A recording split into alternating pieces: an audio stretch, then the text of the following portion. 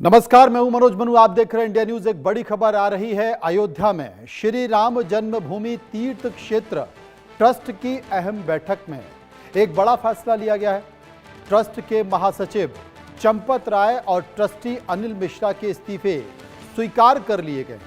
Trust के कोषाध्यक्ष स्वामी गोविंद देव गिरी ने यह बताया कि चढ़ावा चोरी की घटना से पूरा ट्रस्ट आहत है और इसी वजह से तय सीमा से पहले बैठक बुलाई गई है। उन्होंने कहा कि यह बैठक बेहद दुखद परिस्थितियों में हुई है। ट्रस्ट के नियमों के अनुसार दोनों के इस्तीफे स्वीकार कर लिए गए हैं। फिलहाल ट्रस्ट की जिम्मेदारी कृष्ण मोहन को सौंपी गई है। वे आगे का कामकाज संभालेंगे। साथ ही ट्रस्ट ने यह साफ कर दिया है कि मामले में दोषियों के खिलाफ सख्त कार्रवाई सुनिश्चित की जाए। सुचिए गोविंद जी ने क्या कहा।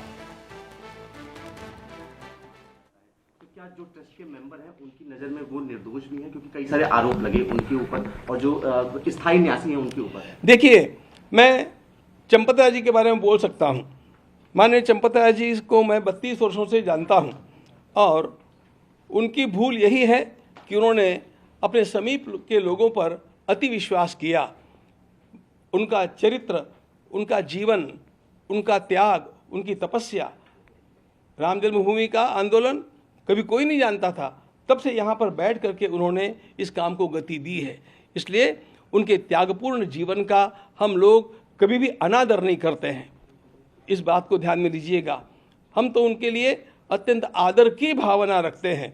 बस इतना ही है कि जब अपने साथ का व्यक्ति गलती करता है तो उसकी छाया अपने ऊपर भी आ जाती है। किसी साथी के द्वारा की गई गलती की अवहेलना करने की हम लोगों की भूल हो जाती है। उस प्रकार की भूल उनकी अवश्य हुई है। इतने वर्षों तक वे ऐसे पापियों को अपने साथ कैसे रख सकें और किस प्रकार उनकी इन सारी बातों का षड्यंत्र उनके ध्यान में नहीं आया, यह अनाकलनीय है। वे मेरी दृष्टि में निष्कलंक है। वे अपराधी नहीं है, लेकिन असावधानी की भूल उनके द्वारा हुई है। एसआईटी का कोई जिक्र मीटिंग में हुआ सर? क्या एसआईटी का संपूर्ण वाचन उसमें हुआ, लेकिन वह केवल हमारे आकलन के लिए था, किसी प्रकार की कमेंट करने के लिए नहीं था। ईडी सीबीआई की भी कोई भूमिका इस केस में देखेगा कि इतना बड़े लेवल पे क्या, और ये क्या सिर्फ इन्हीं 8 लोगों तक है या इसके पीछे कोई साजिश भी आप देखते हैं? इसके पीछे ये सब जो हो रहा है, इसके पीछे आपको साजिश तो इतने से ध्यान में आनी चाहिए कि जिन लोगों ने कभी राम का नाम नहीं लिया, राम का विश्वास नहीं किया, राम भक्ति जिनकी पीढ़ियों में कभी हुई नहीं, ऐसे लोगों को राम भक्ति उभर करके आ गई। कार सेवकों पर गोलियां चलाने वाले अचानक राम भक्त बन गए और जालीदार टोपी पहन करके और केवल इफ्तार पार्टियां के लिए जाने वाले और कभी आकर के राम जी का दर्शन न करने वाले भी राम जी का दर्शन करने के लिए आ गए।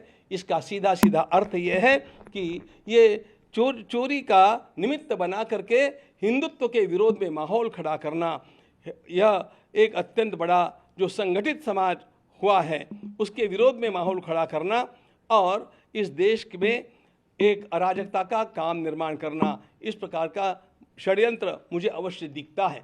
इसमें अनेक लोग अपनी राजकीय रोटियां सेकने के लिए भी आए हैं, अनेक लोग अपने अन्य स्वार्थों के कारण भी आए हैं, ऐसा मुझे आभास होता है। क्योंकि जो कभी यहाँ पर आते हुए दिखाई नहीं दिए, अनुकूल बोलते हुए दिखाई नहीं दिए, उनकी राम भक्ति इतनी उभर करके आ गई, यह केवल आश्चर्य नहीं है, यह षड्यंत्र है। सर, क्या कोई प्रक्रिया में बदलाव किया जाएगा? चढ़ावे की जो प्रक्रिया है, क्या उसको और सुदृढ़ बनाने? कौन सी?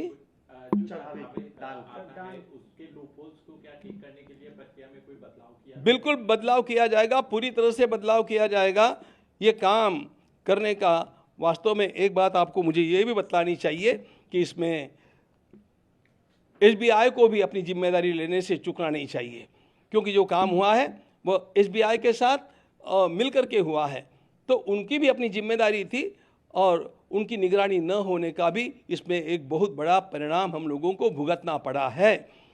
वास्तव में मेरी दृष्टि में तो यह एफआईआर भी जो किया जाना चाहिए था वो एसबीआई के द्वारा किया जाना चाहिए था, हमारे ट्रस्ट के द्वारा नहीं किया जाना चाहिए था।